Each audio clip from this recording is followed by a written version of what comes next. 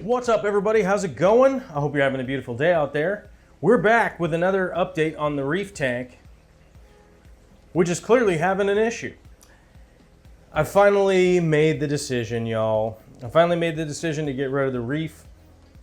And one of the main reasons I got rid of the reef, I just did not have the time to focus on this aquarium with the issues that I was having with it. So all of the corals and fish and everything have come out of the tank today. They shall be adopted out. I'm just going to be giving them away for free and to some locals who are going to come by and pick them up. All right, so one of the things we're going to be using in this aquarium is actually marketed online as an aquarium divider. So people will look at this and you'll think, wow, that looks just like egg crate.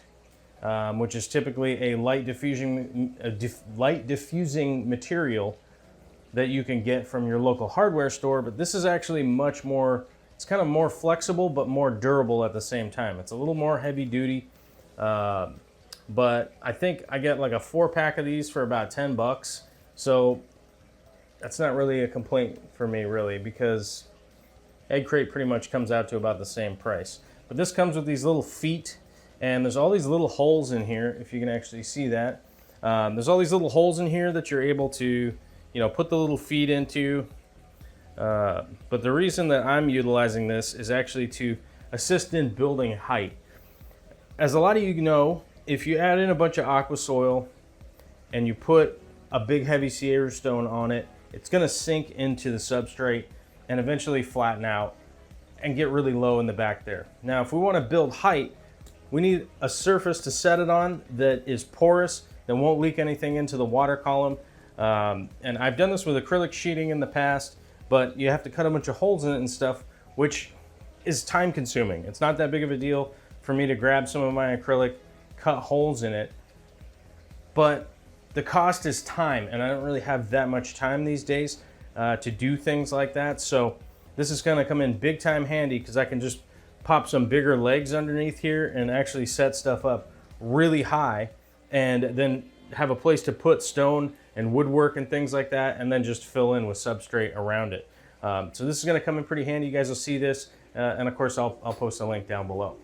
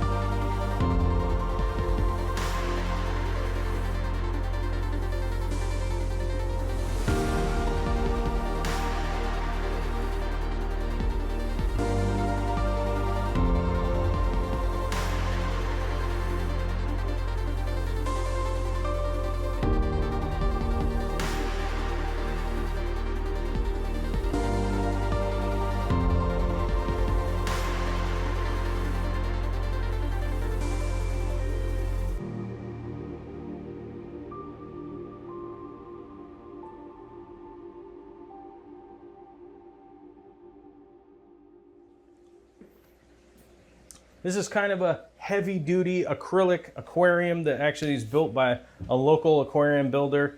Jason Gregory is the guy. You have to find him on Facebook and whatnot if you want to get him to build you a tank. He will build you a tank if you pay him money to do it. I actually happened to get this one secondhand. I bought it used, but built by the same guy who built the 120s and the 150 in my fish room. It just happened to, whenever I see one of his tanks used for a reasonable price, I typically will just go buy it just because it's generally that good of quality. This one's actually even on the older side, so you can see there's a little, tiny bit of separation, but there's no real crazing or anything like that in this tank. Even though it's one of his old ones, it's not even as nice as his new ones that he makes now. But it's a 24-inch cube, but it does measure 23 3/4 by 23 3/4. So it's a tiny bit shorter than the rest of the tanks in here, but not a big deal. I think it does it fits in fairly well with the rest of the tanks, even though it is a little bit shorter than the rest of them.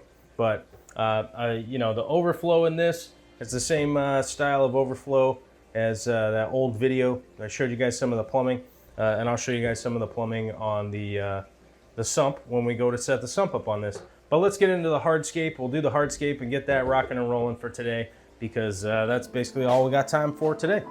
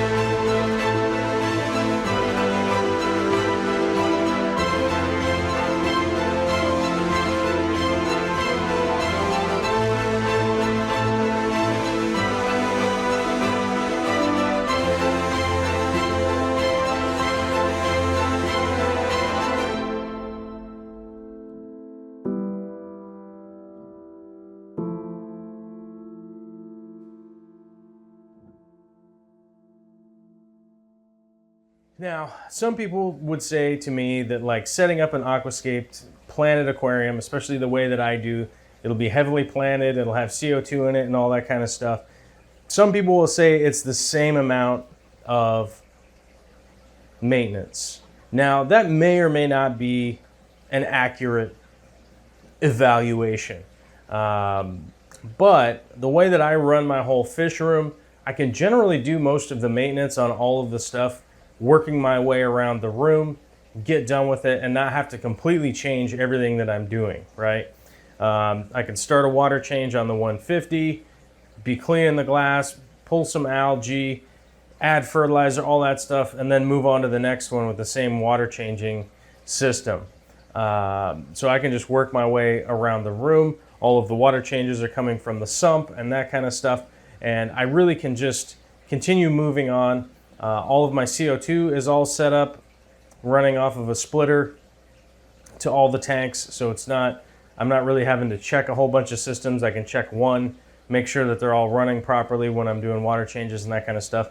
And so getting in a rhythm, the Reef tank, I constantly had to sort of, you have to completely shift gears. You got to get different test kits, you have different equipment, you have different things going on. So it just was not working out with how busy I am running in and out, loading up my truck and going out to go work and then coming back and hopefully having an hour or two to get some maintenance done or shoot a YouTube video or all that kind of stuff. There's just a lot going on. So unfortunately, we had to get rid of the Reef, which does suck, but that means that we're going to be able to do a 24 by 24 by 24 cube planted aquarium. Obviously, it has the overflow. It has a clear background on it, which I'm going to be changing. But I'm pretty stoked to get this tank running again as a freshwater setup because I've got a lot of freshwater stuff sitting here, and I do want to get some different shrimp that I want to be putting in this aquarium. I don't want to do a spoiler on that, but I definitely do want to get some different shrimp, add them in here. And I've got a lot of extra plants and things that can go in here for a little while. It'll be fun to escape this tank, especially because it's pretty easy to set up and break down a tank that's only 60 gallons versus like a 150 gallon tank. So I'm pretty excited for that. The main focal points that will be in this will be Sierra stone. I got some ADA Amazonia, so we'll actually be setting that up in the aquarium here, and a bunch of other things.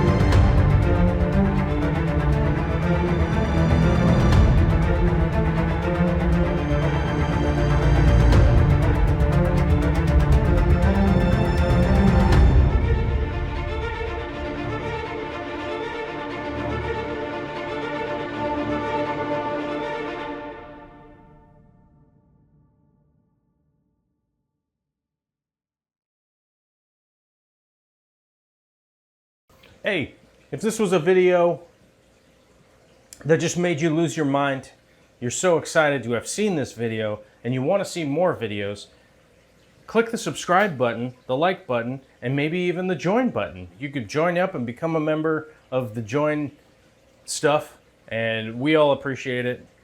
Big time. All of us, we all do. We, right? Right.